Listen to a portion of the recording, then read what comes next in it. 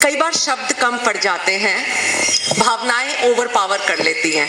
आज मैं बहुत भावुक हो रखी हूँ, तो शब्दों में थोड़ी हेर फेर हो जाए तो अपने गांव में हूँ तो आई थिंक चल जाएगा आप सब लोगों के लिए, ठीक है। तो सबसे पहले बहुत बहुत शुक्रिया अदा। अभी भारत भाई कह रहा था कि अपने व्यस्त शेड्यूल से, मैं अभी भी फिर कह रही हूँ, मैं यहीं से हूँ और मैं किसी चीज, सोचिए हर इंसान प्यार और इज्जत जहां मिल जाए आई थिंक खिंचा चला जाता है। और मैं जितनी बार गांव में आती हूँ, मुझे बचपन से चाहे कितना ही किसी ने बोला हो कि लड़कियां पराया धन होती हैं, मैं इतनी खुशकिस्मत हूँ, इस परिवार में पैदा हुई हूँ जिसने मुझे कभी भी नहीं कहा कि लड़कियां पराया धन होती हैं। मुझे हमेशा बोला गया ये हमारे घर का हिस्सा है और ये हमेशा रहेंगी। शायद इसीलिए आज बार बार खिंची चली आती हूँ अपना यहाँ गांव में अपनापन समझ के।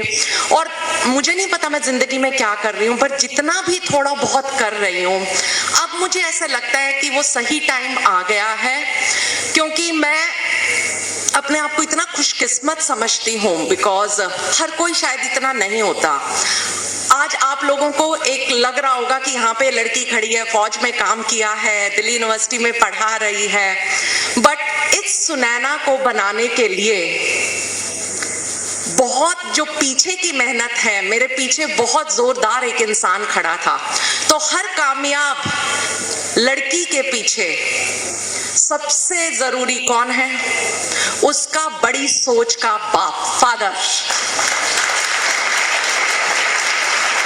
तो आपको लग रहा होगा कि मैं बन गई। जब मैं छोटी थी, बचपन में मैं हर काम कर लेती थी, जहां मुझे भेजा, स्कूटर चलाना, मोटरसाइकिल चलाना, खेलना कूदना, तो मुझे बड़ा लगता था कि मैं कितनी बोल्ड हूं, है ना। बचपन में बड़ा ये फीलिंग आती है कि मैं बड़ी बोल्ड थी। आज माँ बनने के बाद, आज एक पेरेंट बनने के बाद, आज मुझे पता चलता है बोल्ड तो वो इंसान था जो अपने बच्चे को, मैं सच कह रही हूं, आज के टाइम में मैं ब्लेम नहीं करना चाहती इस नई जनरेशन को। हम सब बैठ के, मेरी उम्र के लोग जो आज हम सब माँ बाप बन चुके हैं, हम कर रहे हैं, तो हमें ऐसे लगता है कि ये जनरेशन ऐसी हो गई है। मैं सच कह रही हूँ, इस जनरेशन के ऊपर ऑलरेडी बहुत ज्यादा प्रेशर है डिस्ट्रैक्शंस का, प्रेशर है। इनके हाथ में इतनी इंफॉर्मेशन दे दी गई है कि इन बेचारे बच्चों को समझ में ही नहीं आ रहा कि इनमें से सही क्या है, गलत क्या है। शायद हम भी उस समय में होते, हमारे पास भी अगर ये होता तो हम भी ऐसे होते। आप समझिए, आज हम एक अपने आप को समझते हैं, बड़ी सोच का समझते हैं। क्यों? क्योंकि जिन लोगों ने शायद हमें पाला, यहाँ तक बताया, पढ़ाया, वो बहुत बड़ी सोच के इंसान थे। तो मैं यहाँ पे आज हम सब लोगों को एज अ टीचर, मैं एक टीचर हूँ, पढ़ाती हूँ और यंग जनरेशन को पढ़ाती हूँ, बहुत चैलेंजेस देखती हूँ। एज अ पेरेंट, मैं एक माँ भी हूँ, बहुत चैलेंज है। और चैलेंज इस चीज में नहीं है कि इन बच्चों के पास हमसे ज्यादा स्मार्टनेस है। इस जनरेशन की एनर्जी को अगर हम थोड़ा सा चैनलाइज कर पाए, देखना ये कहां तक पहुंचेंगे। प्रॉब्लम आ गई है, हमारी जो जनरेशन है ना, हमें सिर्फ क्या सिखाया गया?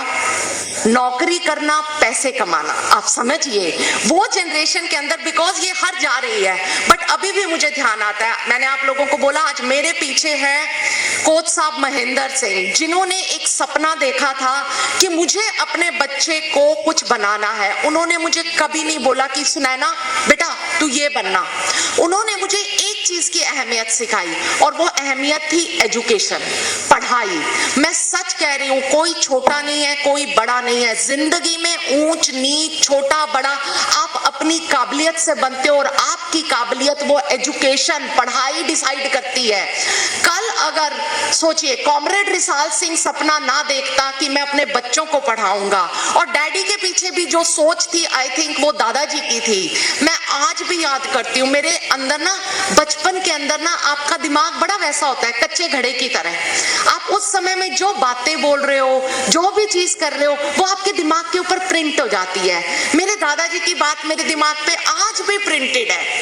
दादाजी ने उस समय कहा था, बेटा देखो, अपने लिए तो सारी दुनिया काम करती है, आप समझिए, कोई बड़ी चीज नहीं है। आप बढ़ रहे हो, पढ़ रहे हो, अपने बच्चों को पढ़ा रहे हो, रोटी खिला रहे हो, सारी दुनिया वही कर रही है। मनुष्य में और जानवरों में एक ही फर्क है, मनुष्य दूसरों का करना भी जानता है। आप समझिए बेटा, क्या किया अगर तूने दूसरों का नहीं किया, अपने लिए जिए तो क्या जिए। तो बड़ी ये सोच मेरे दिल में रह गई। तो मुझे हमेशा लगता है, और हिंदुस्तान के अंदर मुझे ऐसे लगा कि अगर मुझे अपने देश के लिए करना है, इस समय कोई आई थिंक फ्रीडम की कोई लड़ाई नहीं हो रही थी, अदरवाइज मैं वो भी ज्वाइन कर लेती, क्योंकि इनकलाब जिंदाबाद वो खून के अंदर था। तो मुझे ऐसे लगा कि फौज में जाके शायद मैं देश के लिए कुछ कर पाऊं। सो वो जज्बा कहां से आया, वो सोच मुझे ये नहीं बताया, सोच मुझे ये नहीं बोला तुझे आर्मी ज्वाइन करनी है ना, मुझे बोला गया कि तुझे देश के लिए कुछ करना है। मेरे डैडी ने मुझे ये नहीं बोला कि तू इंजीनियर बन, डॉक्टर बन, कहते जो बनना है बन, बट पढ़ाई जरूर पूरी कर। एजुकेशन और डिग्रियां लेना पढ़ाई नहीं है। आज का यूथ गलत डायरेक्शन में पढ़ रहा है। आप लोग सिर्फ पढ़ते हो कि ये पढ़ लिया पास हो गए, नहीं। एजुकेशन एक सोच है। भगत सिंह 23 साल की उम्र में जो जज्बा देश के लिए था, वो सोच थी। वो सोच उसको उन किताबों से मिली। वो किताबें कहाँ है बच्चों? तुम्हारे पास है। जिस दिन तुमने पढ़ाई का सही मतलब समझ लिया, और पढ़ाई का सही मतलब है जब तुम बात करते हो असली फ्रीडम की। फ्रीडम बहुत तगड़ी पावर है मेरे बच्चों। आज के टाइम में अगर मैं यहाँ खड़ी होकर बोल पा रही हूँ तो मैं एक इंडिपेंडेंट लड़की हूँ। आज मुझे जिंदगी में कोई काम ऐसा नहीं है जिसको करने में, सच बताऊं, डर लगता है। डर बड़ी गंदी चीज है। डर एक ऐसी चीज है जो आपको पकड़ लेती है। आप खुद सोचिए, लाइफ के अंदर चाहे किसी चीज का हो, अंधेरे में आप गाड़ी का जोर से ब्रेक भी मार के देखो, वो जो डर की फीलिंग है, आप समझ रहे हो? आदमी लोग शायद नहीं समझेंगे, औरत होना भी इतना आसान नहीं है। इस डर के साथ जीना ना बड़ा मुश्किल है।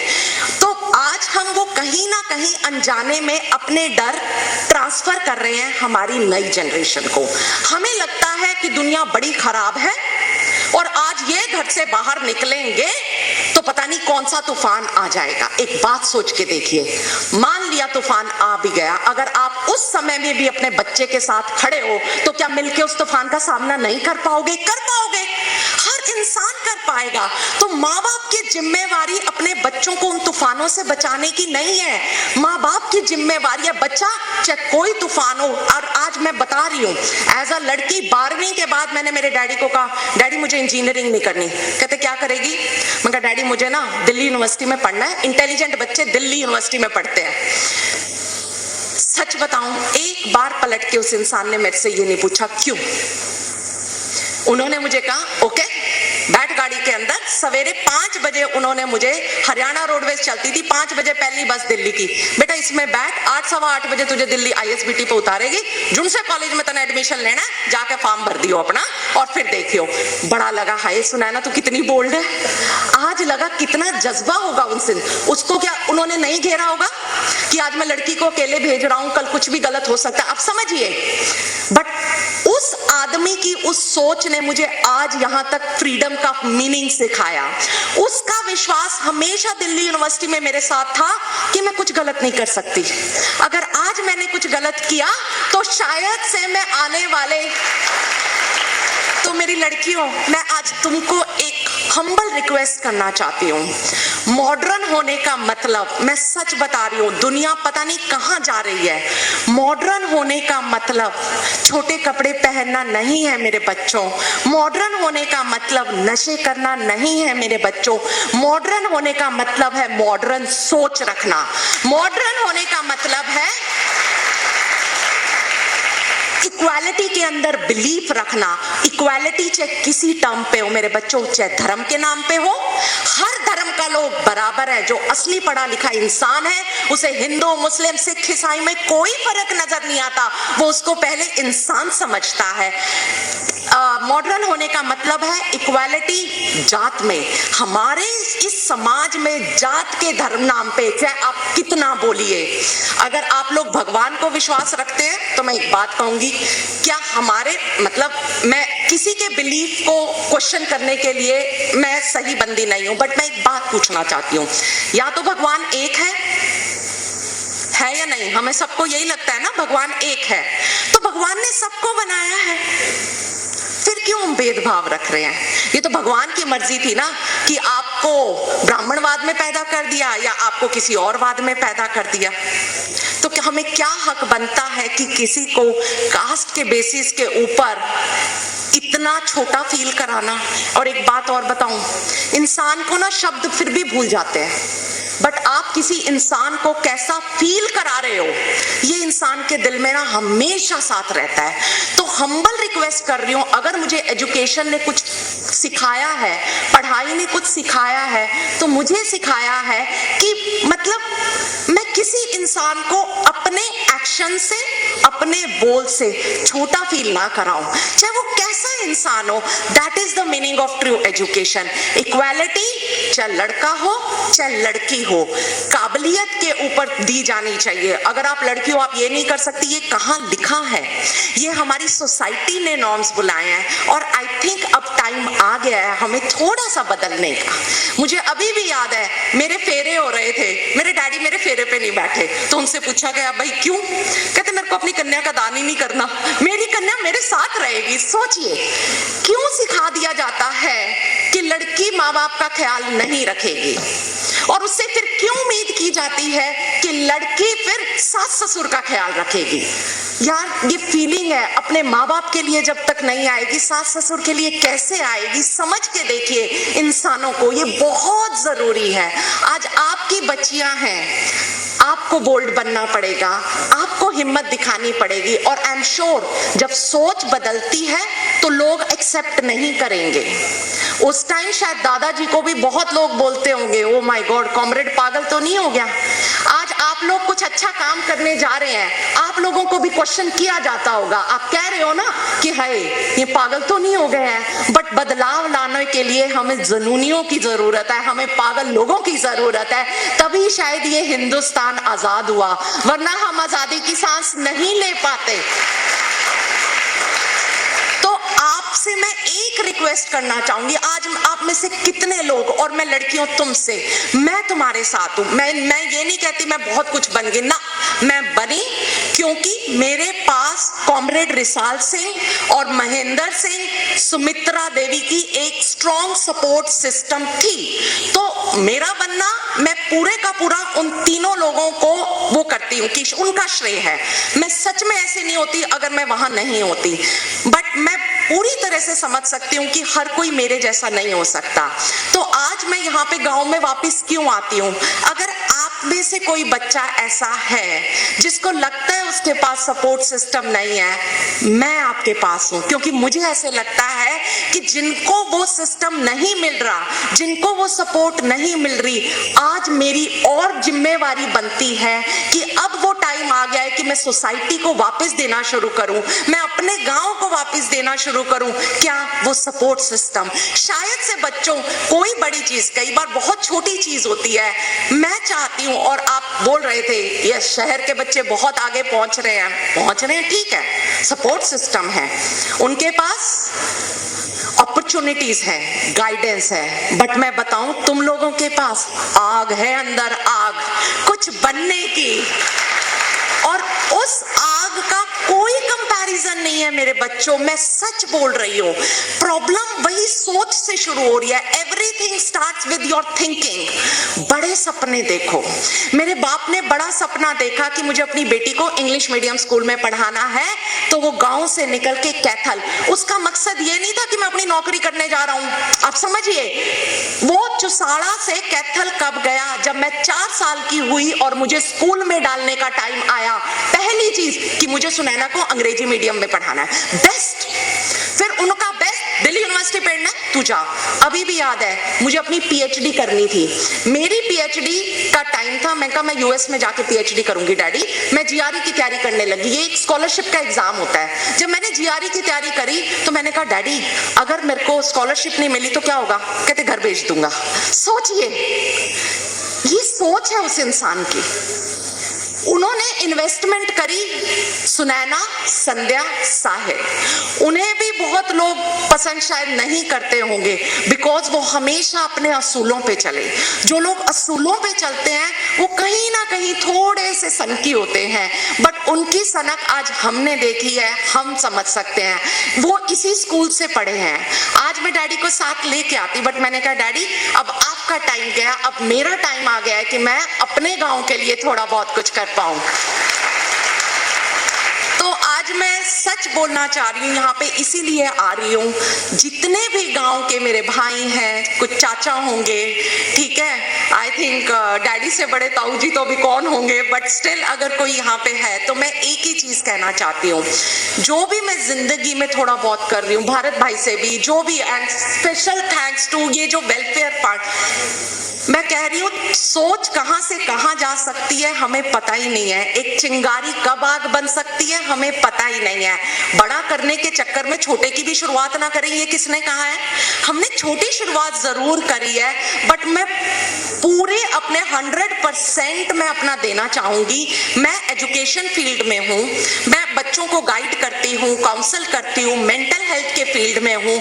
उस चीज, बिकॉज स्ट्रेस हम सबकी जिंदगी में है, बिकॉज कहीं ना कहीं हम लोगों को लगता है हम ये करें वो करें, सब किसी ना किसी चीज के पीछे भाग रहे हैं, रुकना भूल गए, स्ट्रेस आ गया है। इस चीज में अगर मेरी कोई भी मदद चाहिए, आई एम ऑलवेज देयर। और आप लोग प्लीज मेरे से अनुरोध मत कीजिए, मुझे हक से कहिए कि मुझे हमें यहाँ पे इस तरीके का चाहिए, और मैं हमेशा यहाँ पे आपको खड़ी नजर आऊंगी। और इतना अच्छा से ये प्रोग्राम ऑर्गेनाइज किया गया है, तो एक बार जोरदार तालियां हमारे दादा खेड़ा वेलफेयर क्लब के लिए। हर मेंबर का, आपको कुछ लोग शायद स्टेज पे खड़े होके बात कर रहे होंगे, बट आई थिंक कुछ लोग जो पीछे से खड़े होके, आई जस्ट सॉ राजेश भैया सर पे टेबल उठा के भी आ रहे थे। मैं कहा इस जज्बे की हमें जरूरत है, तो आई थिंक हम जरूर कर पाएंगे। और हम सब लोग, ये हमारा गांव है। पता है जब मैं फौज में गई थी ना, तो बड़ा बोला जाता है हमारा देश, वो फीलिंग बाद में आती है। सबसे पहले फीलिंग आने की जरूरत है, ये मेरा स्कूल, ये मेरा गांव, ये मेरा डिस्ट्रिक्ट, ये मेरा स्टेट, फिर आएगा ये मेरा देश। तो लोगों को कनेक्टेड होने की जरूरत है। बड़ा छोटा कुछ नहीं, इतना कहूंगी, किसी भी चीज में अगर कुछ अच्छा नहीं कर पा रहे, हम अच्छा नहीं बोल पा रहे, तो कम से कम जो कर रहे हैं उनको हमें रोकने का कोई हक नहीं है। हर इंसान का हौसला बढ़ाइए, छोटा बड़ा जैसा कर रहा है एटलीस्ट कोशिश तो कर रहा है। तो आज मैं लड़कियां, एक तो जिनको भी ये प्राइजेस मिले हैं, जो मैं एक फोटो खिंचाऊंगी बिकॉज मेरे लिए तुम स्टार हो सारी की सारी, ठीक है, थैंक यू। सो ऐसे ही बढ़ते रहो मेरे बच्चों, और आई थिंक मैं पूरी कोशिश करूंगी कि मेरे से भी आगे मेरे गांव की लड़कियां निकले, फौज में जाएं। मैं तो 5 साल में छोड़ के आ गई, मैं चाहती हूँ कि तुम जाके जनरल बनो यार फौज के अंदर, अब तो परमानेंट कमीशन भी मिल गया है। किसी गाइडेंस की जरूरत हो, बच्चों बड़े सपने देखो, और आप उन सपनों के ऊपर प्लीज रिस्ट्रिक्शंस मत लगाइए। एज अ माँ बाप हमारा सिर्फ काम है हमारे बच्चों को जड़ों से जोड़ के रखना। जड़ों से कब जुड़ोगे? जब आप उनको अच्छे से पानी दोगे, उनको मोहब्बत करना सिखाओगे, उनको प्यार करना सिखाओगे, उनको हर चीज सिखाओगे, डरना नहीं सिखाओगे। और उनको क्या देने की जरूरत है आपको? पंख। बहुत बड़ा आसमान है, दुनिया बहुत बड़ी है, बच्चा जहां जाएगा अच्छा करेगा। और एक बात कहूं, जिसको बिगड़ना है वो तुम्हारे साथ बिगड़ेगा, नहीं रोक सकते। और जिसको नहीं बिगड़ना, चाहे वो आसमान में कहीं घूम के आ जाए, वो तुम्हारा बच्चा रहेगा, घबराने की जरूरत नहीं है। और बच्चों, तुम्हें जब उड़ान भरनी है तो ये सोच के भरनी है कि तुम्हारे पीछे कितनी लड़कियां और उस उड़ान की वेट कर रही हैं।